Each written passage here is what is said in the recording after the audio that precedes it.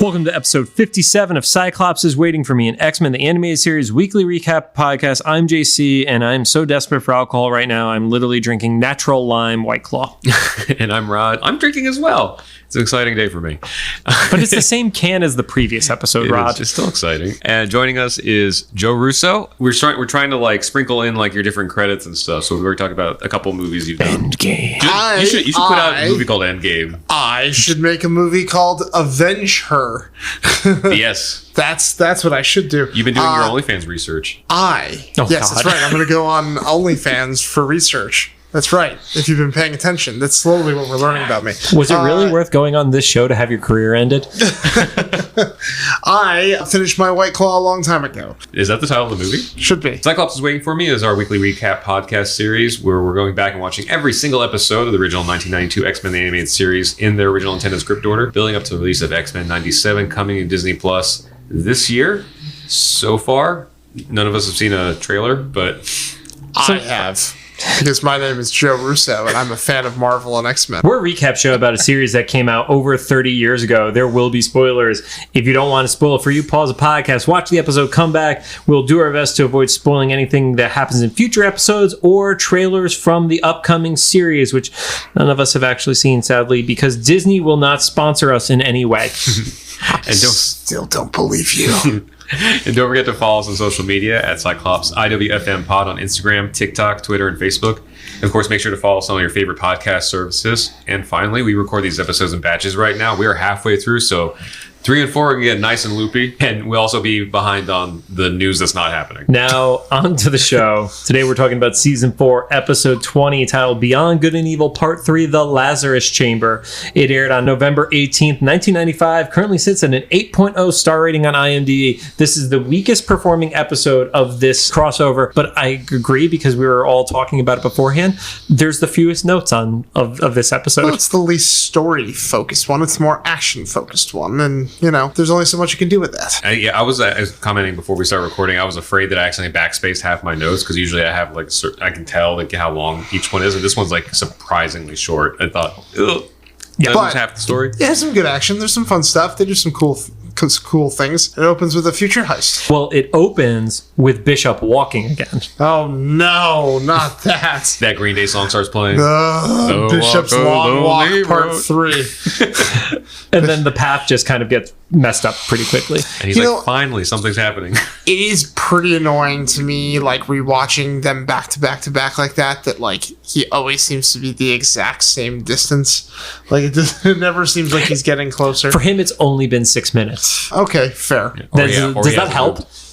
Is that right? No, there's no perception of how long it's been. Because Apocalypse because everything that's happening in Apocalypse, but Apocalypse has been there for, he literally says, centuries. Right. So, I don't know. I'm going to throw it out there. This is Interstellar rules. The closer you get to the black hole, let's call that the center of the axis, time moves faster there. Interesting. I don't know. Because otherwise, he would have figured out a way to murder Bender at this point. Yeah, I mean, for sure. The best X-Men character of all time. So the path that they're on starts erupting a little bit. We get a flash of Apocalypse's hand working on the machines. And then there's also him getting a view of Tyler and Cable, who are climbing that mountain that we saw at the end of the last episode. Future heist. Yeah. So you see there are two important aspects to Future Heist. One is the defense dome, which is surrounding the area where the government is holding their time machine, because every government had a time machine. Yes. And then the power station. Especially the one in Cairo. In Cairo. Yep. I did really like, I forgot to mention this last episode, but I would really like the animation on the dome. Yeah, it's really cool. How like you only see like a small part of the visible thing. Yeah, yeah, exactly. It's invisible, but I mean the only thing is the radar thing does make it a little like, what's the point of the invisibility if you've got radar that? It's bad design in real life, but also putting the power station. Cool effect, bad strategy. Also putting the power station outside. Of the shield. The fact that from one mountaintop you could see both locations. Yeah. Yes. At least it wasn't a beam in the sky. They were kind of asking to have it stolen. Let's just be real. So within the power station, the rest of Cable's crew are taking down a bunch of robots, and then they get attacked by the power lifter from Alien. Pretty much. Yeah. Several of them.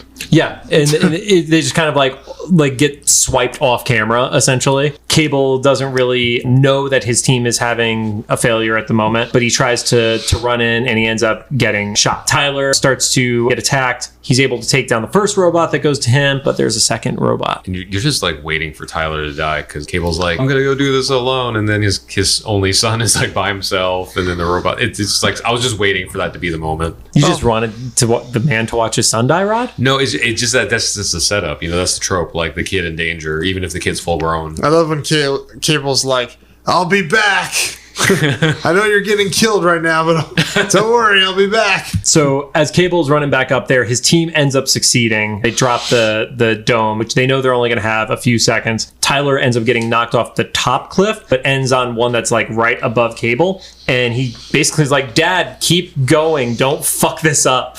Yeah, that was that choice that Cable had, is to choose the mission or his son. And of course he chose the mission. And then we get like part of what we were talking about as we're like getting ready for this one. There's not a ton that is happening from a plot perspective. It's lots of great action moments that are leading up to this. But Cable runs in, he's hacking, he's getting shot at and stuff like that. And he just makes his way further into the facility. And he gets down to the ship called Grey Malkin. Mm-hmm. I didn't know anything about Grey Malkin, and I only knew that's what he called it because of the captions. What is a Grey Malkin, JC? The address to Professor X's institute is 1407 Grey Malkin Lane. Interesting. That raises so many questions. If it's like a reference, or if that was the mansion or something. Because when he goes into Grey Malkin, he mentioned he took like shuttles and stuff. So I guess it was supposed to show the scale of it, or Pad for Time. I don't know. Both. But did it also remind you of the Corsair episode where it literally reminded me of the shuttle that they were going under the mansion grounds on too. Oh, so yeah. So did that whole area just get turned into the time machine and then move to Cairo? See, but it also is a ship, so it can move. Yeah, it's just funny that the Cairo government is the one that inherited. So at some point in the future, they turn the X Mansion into a ship that could move away from upstate New York. I don't think that's the case, but they definitely dropped in the Easter egg. No. Or Xavier's like, we need to build a dome around this thing, and I'm only rebuilding this so many times. So. There also, in 2008, was a young X-Man who was introduced, whose name was also Grey Malkin. Oh. The child of the two original landowners from that area. First name of the dad, also Charles. Weird coincidence. And he was locked underground for 200 years. Oh, geez. Oh. Yeah. Huh. Parenting. Yeah. This show gives so many great parenting tips, doesn't it? My old quirk on just the captions. So I watch with captions because for some reason I can't hear without captions. They spell Grey Malkin at least 3 different ways. Oh, interesting. That's pretty funny. It's fine. The way I wrote it down, it literally looks like Grey Walk-In. So yeah. I just know the name because of the comics. So. I think at one point they spelled it like Grey Malacan or something like that. Oh boy. So Cable continues to go further under, boots up the ship, starts to take off, and immediately has a guidance failure. This is always a good sign. It's the time machine check engine light. Yeah, but is that Apocalypse fucking with him, or what? Why does that happen? That part is not clear. Yeah. It's given a little bit of like maybe Apocalypse had something to do with it, because Apocalypse is watching it happen and he's saying that Cable has a service to provide, but it's not actually clear of how he would have made that happen. Right. Because he does reach out to something in the Axis of Time and like it looks like he grabs a circuit or something, and but he has really obscure like what he's doing. I think we have to take that logical leap that is why that happened, because otherwise it's like, well, how is he going to provide the service? And it is established he's the most powerful individual at the Axis of Time right now, right? Which we're going to talk about in a second, creates disturbances for others who are going through that time travel. So they end up landing the ship at the present day mansion. Everything happens in the 90s. Everything happens in the 90s, no doubt. And you see Storm, Cable, Wolverine have some interaction there. They basically start briefing Cable about the missing psychics. And Cable does not give a shit. He's like, I don't care about that. I just want Apocalypse. I gotta kill Apocalypse. He's for a guy who is looking at time as a whole, he really only cares about removing Apocalypse from the timeline. Yes. He gets very tunnel visioned when it comes to how he's going to fix the future, very, very specifically. Yes. Mm-hmm. But yeah, I think he has that extra little vengeance because of his son, because his knowledge his son's dead. Is his son dead? But like because he just left him. He left him in a vulnerable die. position. Yes. Yeah, where he's like, if I don't fix time, then my son will die. Yeah. Yes. Right. As opposed to if I go through and mess up time for 5 millennia, then maybe my son doesn't get born. Not Cable's concern. Yeah. I don't know if it was this point in the episode or at some point in this 4-parter.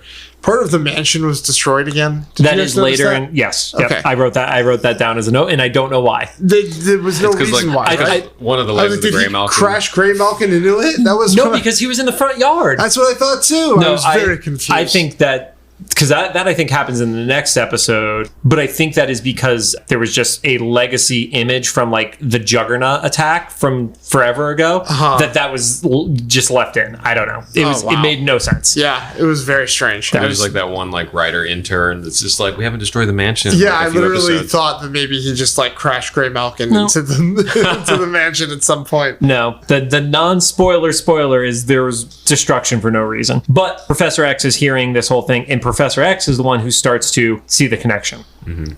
And he's like, well, if you see the connection, get your team together. And like, Cable's just like, I'm going to take over this operation, guys. And then Psylocke mentally beams in. She's like, what is this? A sci-fi convention? Because all the good guys are together finally. I was really, really waiting to see where you were going to go with that. That could be the secondary name of the pod. Happen. Yep. Beast is using very primitive 3D modeling technology where he's creating a computer model of what is happening with the time stream to try to figure out what had happened to Bishop. And basically the theory that he's working with, and he's like, but the computer model works, is that when 2 entities were going through the time stream together, the stronger one creates a wake and basically knocks the other one off course, which... It's like a backdraft. Exactly what happened. Yeah, not a backdraft. What's it with planes? Oh, I know what you're talking about. Yeah. I don't know the word. Slipstream. Is it a slipstream?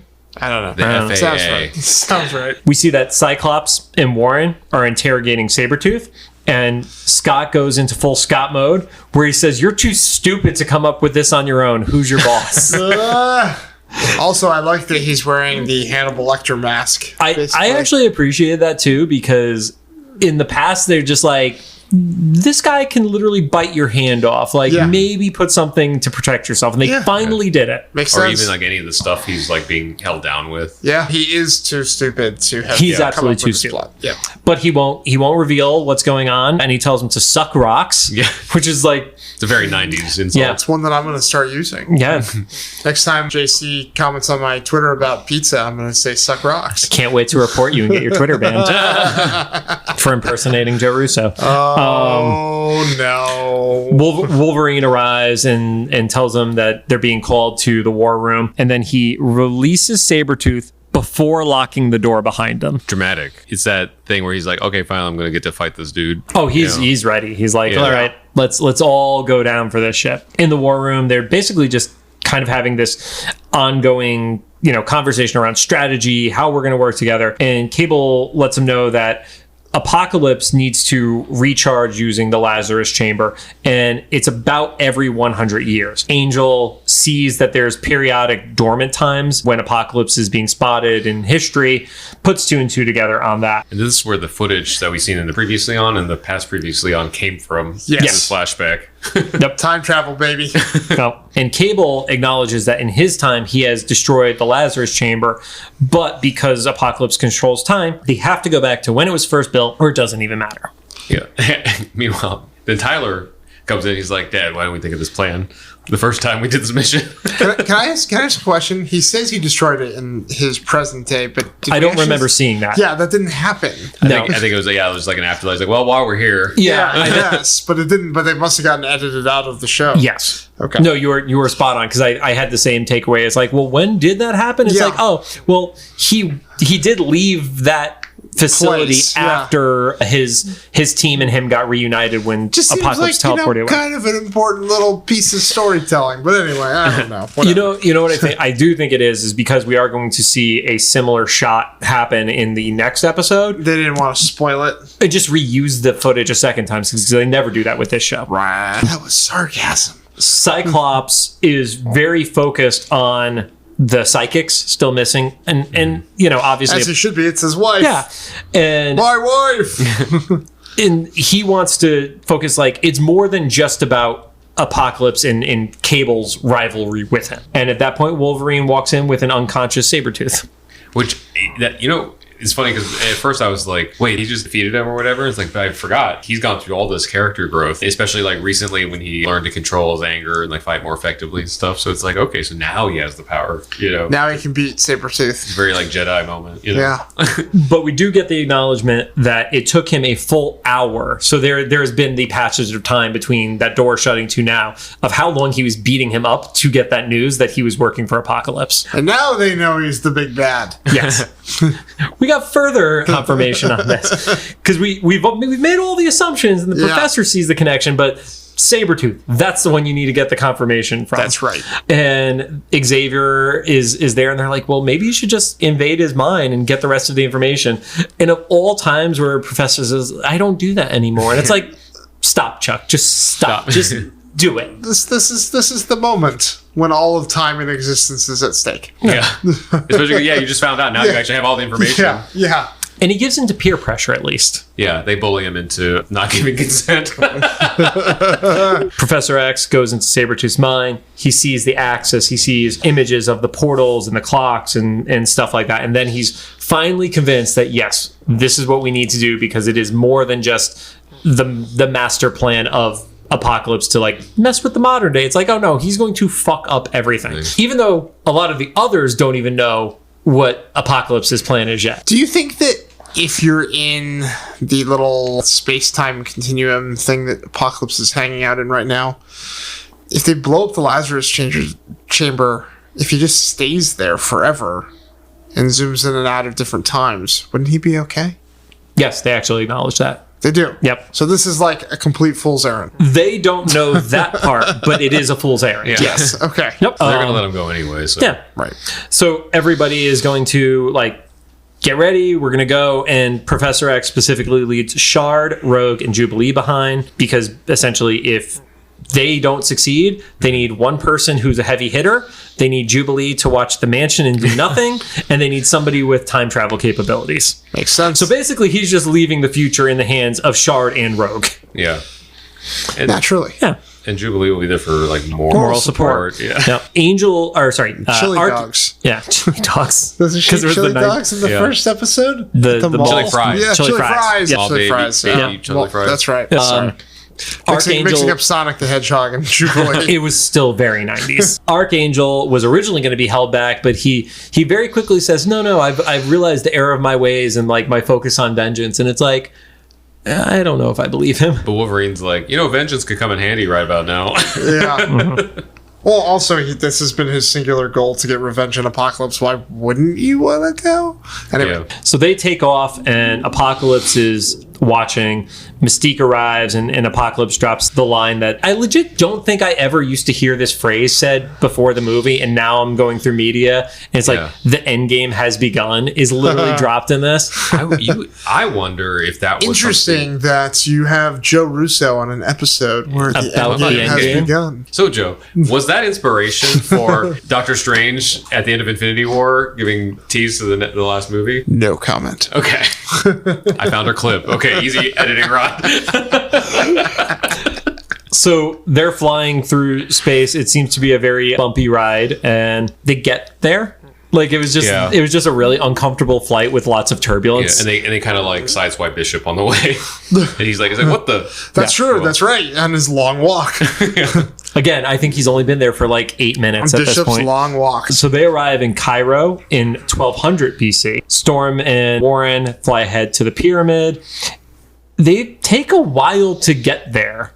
Like they get there when it's still like midday and stuff, and then there's just like nice. It's a glamour shot of like ancient Egypt. Yeah. Well, yeah. I kind of took that as like they were waiting for like the cover of night or something. Possibly. I don't know how sneaky you have to be. Why didn't they just time travel to night? Nighttime. Yeah. There's a lot of. But they've done that before when Wolverine went up to the Arctic, where there was like a thing that they arrived in the night or the morning, and there was just like there's a time jump for no reason. Yeah, we had to get our shit together. They see the pyramid is unguarded, and they decide that they're going to create a diversion with Storm's favorite power, which is wind. Naturally. Cyclops and Cable have a little bit of a moment, and Cyclops is saying, sorry, you're, about your son. I know what it's like to lose somebody that you love. And Cable gives his like steadfast, well, I haven't lost him yet. That's the benefit of time travel. But also unbeknownst of what their relationship to each other is still at this point. We still don't know what their relationship is. Right. That's never revealed in the show, I don't The think. only one who knows is Jean. Oh, she does. She knows from the other... Oh, wait. Does she even know that? I don't. No, know. she only knows about the Corsair. She knew about the Corsair stuff. Thing, yeah. Yeah, you're right. No, we don't actually... And they also never really... They never got into it in the show. No, you're right. Yeah. You're right. I was confusing the two Which is funny father-son since scenarios. there is so many Sinister episodes too. Yeah. Anyway, I think I specifically knew about that story point from one or both, either the little like cutout card on the back of the Cable action figure, you know, Probably. or the Cable trading card. And I just remember me and my brother like, "Whoa!" I mean, his name is literally Nathan Summers. Yeah. As they're having their moment, Cyclops keeps pondering why the psychics, and Cable just jumps to the nth degree of it. Is like, well, he's pure evil. Like that's obviously why. And Beast decides to go philosophical. Well, can you really destroy pure evil? And if you do, doesn't it just take some other form? Yeah, like the world can't exist without the balance. Which is like the counter of what Apocalypse was lamenting before he had his sad Cyclops waiting for me moment in time travel. He's like, wait, what if there's always a balance? Meanwhile, Storm is like off the side. He's like, guys, conversations. I'm blowing wind here still. We're blowing wind for no reason. It's fine. They start walking up to the pyramid, and Beast is like, I got this. Opens the door and is immediately shot in the chest. He's not street smart. No. And No, then he is book smart. But then we see the debuts of the original Horsemen. As we know with Apocalypse, he's had Horsemen with him throughout the centuries and such.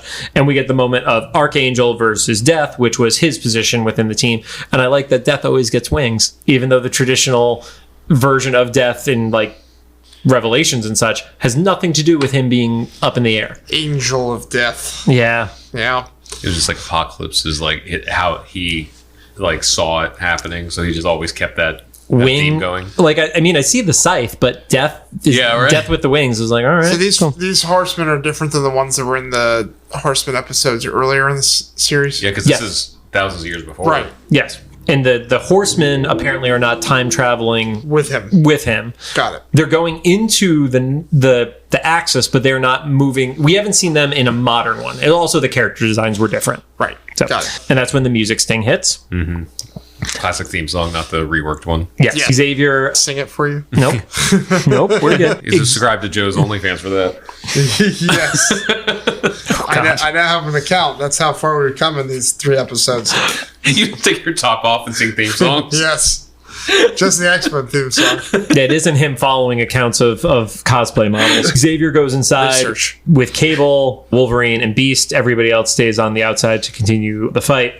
As they're wandering through the halls, Wolverine says he specifically smells tree sap that's fresh, and Cable overconfidently is like, I've been here for, hundreds of years. I know exactly where every trap is, and immediately falls into a spike pit. I would just let him at that point.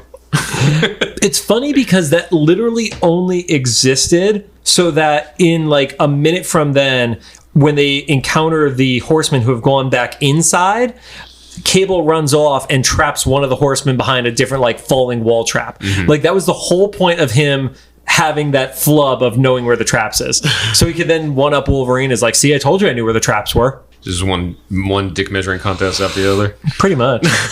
After the trap joke happens, Beast then just punches one of the mechanical horses and is like, oh, I broke my hand. Oh, that's right. Yeah, he was like, oh, I shouldn't have like flesh versus. He gives some Shakespearean. Yeah, like thing. flesh versus metal type shit. He's like, wow, yeah, you really. Now I'm questioning if you're book smart. Yeah, you didn't know that this was going to happen? You punched a robot. A robot horse. I punched this rock wall.